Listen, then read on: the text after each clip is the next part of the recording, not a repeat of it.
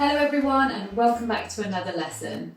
Today we're looking at super advanced and clever English phrases. Now I know you guys are a clever and sophisticated bunch, so you need some phrases that you can easily have up your sleeve that you can produce at work or at a dinner party that will make you sound impressive. Now some of these are a little bit longer, so they might take a little bit more effort to learn, but trust me, the result will be good. Right everybody, put your witty hat on and let's get started.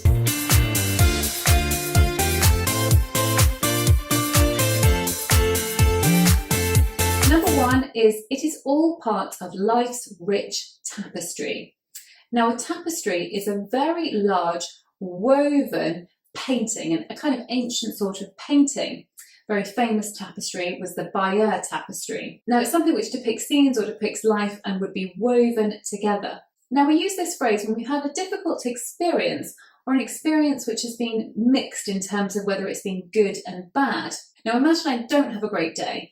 Now I could say, oh, what a difficult day that was, but I suppose it's all part of life's rich tapestry. So all part of the good, the bad and the ugly of life. So when you have mixed experiences, or perhaps you've had a more negative experience, you can comment on someone else's experience by saying, oh well, it's all part of life's rich tapestry. And in this case, you're hoping to kind of make them feel that it's character building and that, you know, life is good and bad. It can be like that sometimes. Or you can say it about your own experiences. It's all part of life's rich tapestry. The second one is something is peppered with. Something is peppered with. Now this is an idiomatic phrase and it means that something is covered in something. Think about pepper. Pepper goes everywhere and it's kind of sprinkled on. So if you think about saying that something is sprinkled with, it's actually very similar. So if we say India is a country which is peppered with culture and history, we mean it's covered in, it's found everywhere. The English language is peppered with idioms and expressions. So if you want a replacement to phrases like it features a lot, or there's a lot of, or sprinkled with, or covered with, you could actually say it is peppered with. Now, if you want to make a joke about the uncertainty of life, a fantastic phrase to use would be, only two things are certain in life, death and taxes. Now, this obviously is quite ironic, but in some ways it is quite true. Those are two definite certainties. Now, if people are saying, oh, we don't know what's going to happen, and, oh, well, we're speculating about this, you could say, well, only two things are certain in this life, death and taxes. Next one, this is another phrase which is in the same vein, which means to be very similar to or on the level of the previous one. And this includes some good sarcastic British humour. Us Brits do love a bit of sarcasm, we love to be ironic. If you want to watch my full video on British humour and learn more about it, then you can click up here.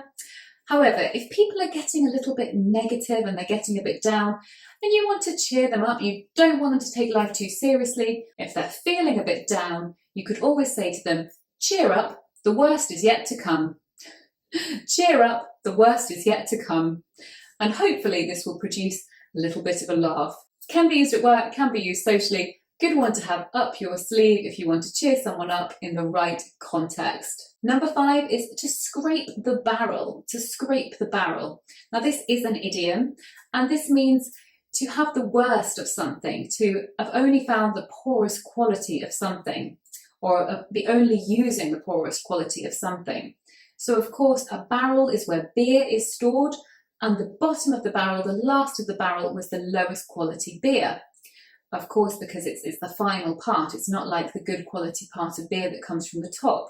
So if we say, wow, they're really scraping the barrel with these interviewees, I really thought we'd produce some better candidates. Or you could say, this year's X Factor is really scraping the barrel in terms of the contestants. None of them seem very good. Number 6, again, a little bit of a sarcastic one, very British. And this is, the road to success is always under construction. The road to success is always under construction. How true is that statement? Now, if somebody is worrying about the fact that they're not successful or for example, something is not as straightforward as they thought, they're having a bit of a bumpy time in terms of their success, you could say to them, don't worry, the road to success is always under construction. This phrase is likely to get a laugh, or at the very least, a smile. Number 7, this is a verb. This is to hobnob, to hobnob. Quite a classy word to use, to hobnob. And it means to mix socially with people who are of a high status, a high social standing. So if we say, well, tonight I'm hobnobbing with the great and good, I mean important people at my company or in my particular group, whatever it is I'm doing, but I'm mixing with the important people. I'm socially mixing with them, networking if you like. So to hobnob. So we might say, well, she's hobnobbing with the great and the good, or she's hobnobbing with the key players this evening. Number 8 is to outfox somebody. Now, you may know that we often use animals in idioms and expressions, as many languages do. And I wonder what a fox is associated with in your language. But in English, a fox is associated with cunning, with cleverness. There's something about a fox's face which looks clever. Now, if we say that we have been outfoxed, it means that somebody has been cleverer than us and has beat us at something. So they've outsmarted us. It's a synonym for outsmart, or to have bested somebody at something. So if we say, when we were playing snooker, she outfoxed me. Or my competitor at work outfoxed me and he got chosen for the project instead of me. He came up with something more impressive at the last minute. He outfoxed me. Next one, this is another animal related one. This is to weasel your way in or out of something. Now a weasel is this animal here, a weasel. Now a weasel is associated with untrustworthy or underhand behaviour. So if we say that person's a weasel, we mean we don't trust them. We think they're up to no good. A little bit like saying somebody is a snake. So if we say she weaseled her way into the boss's affections, we mean she was very clever and very sneaky about how she got into his affections. You can also weasel your way out of something. If you weasel your way out of something, again, you do it in a clever or sneaky way, a way which is not really fair or right. So if we say, oh, how did he weasel his way out of the extra work activities? We're like, how did he manage to do that? We think there's something not trustworthy about that. Number 10, fantastic one. This is in a conundrum. A conundrum. Well, this is quite the conundrum. So a conundrum is something which you can't fix or solve, a difficult situation, something which has you scratching your head. Now, Leila talked about this in her video on 10 phrases to sound smart in English. If you want to see that, that is up here. So we can say, well, it's quite a conundrum knowing what to do in this situation. For example, in businesses, it's a conundrum whether to spend more money on marketing or on product development. Or it's a conundrum how to discipline my teenage daughter. Number 11 is to rub shoulders. This is an idiom, it's not literal, to rub shoulders. And this means very similar to hobnob. So if you're rubbing shoulders with people, it means you're mixing socially. And we will often say that we rub shoulders with people who are impressive. So we might say, well, I'm rubbing shoulders with the great and the good now. Or look who I'm rubbing shoulders with tomorrow. So it can mean I'm mixing with impressive people, to rub shoulders with, to be in close contact with people, and usually you regard them as impressive. Number 12, again, another idiom. This one is to be a happy camper, to be a happy camper.